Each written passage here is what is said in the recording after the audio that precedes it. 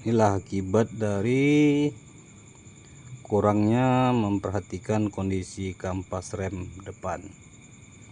Akibatnya piston rem master depan berkarat dan tidak bisa balik lagi, dan mengakibatkan karet-karetnya sobek.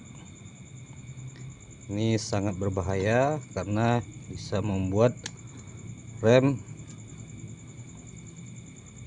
tidak berfungsi atau dapat mengakibatkan macet dan dapat mengakibatkan lambatnya putaran ban dan pelak terasa panas,